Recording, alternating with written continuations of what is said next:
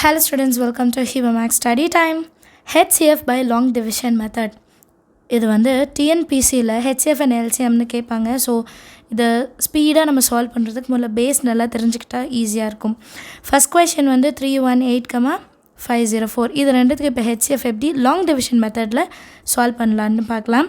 So இதில் எது பெரிய நம்பரோ அதை நம்ம இன்சைட் எடுத்துக்கலாம், பேலன்ஸ் இருக்கிறது வெளியே எழுதிடலாம். 318.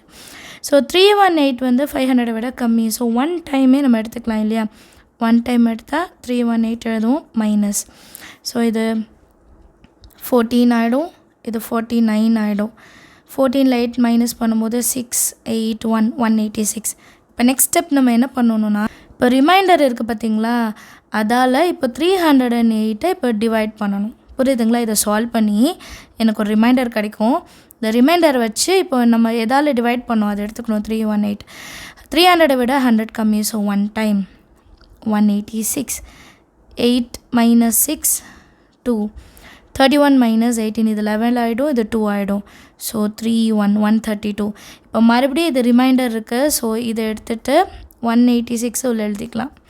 இப்போது 100 பட் 8 விட 3 கம்மி. ஸோ ஒன் டைம் எடுத்துக்கலாம். 132. 6 minus 2 4, 8 minus 3 5, 54. இப்போ இந்த ரிமைண்டர் இருக்குது, நம்ம எதால் டிவைட் பண்ணோம் 132. ஸோ இதை 2 டைம்ஸ் எடுக்கலாம். 4 2s are 8, 5 2s are 10. 12 ஆகிடும், 2 ஆகிடும். 12 minus 8 4 2. அகெயின் ரிமைண்டர் எடுத்துகிட்டு 54. நெக்ஸ்ட்டு 24 2 டைம்ஸ் எடுத்துக்கலாம். 24 2 டைம்ஸ் எடுத்தால் இங்கே 48 கிடைக்கும். 48. 54ல் 48 மைனஸ் பண்ணும்போது நமக்கு ஆன்சர் 6. இப்போ என்ன உள்ள எழுதுனா 24. 6 4s are 24. ரிமைண்டர் 0. ரிமைண்டர் 0 வந்துருச்சுன்னா லாஸ்ட் டிவைசர் தான் நம்மளோட HCF. இதோட HCF என்ன 6. இதே மாதிரி ரெண்டு நம்பர் வச்சு நீங்களும் ட்ரை பண்ணி பாருங்கள். சேம் மெத்தட் ஃபாலோ பண்ணி பாருங்கள். ஏதாவது டவுட் இருந்தால் கமெண்ட் செக்ஷனில் கேளுங்க.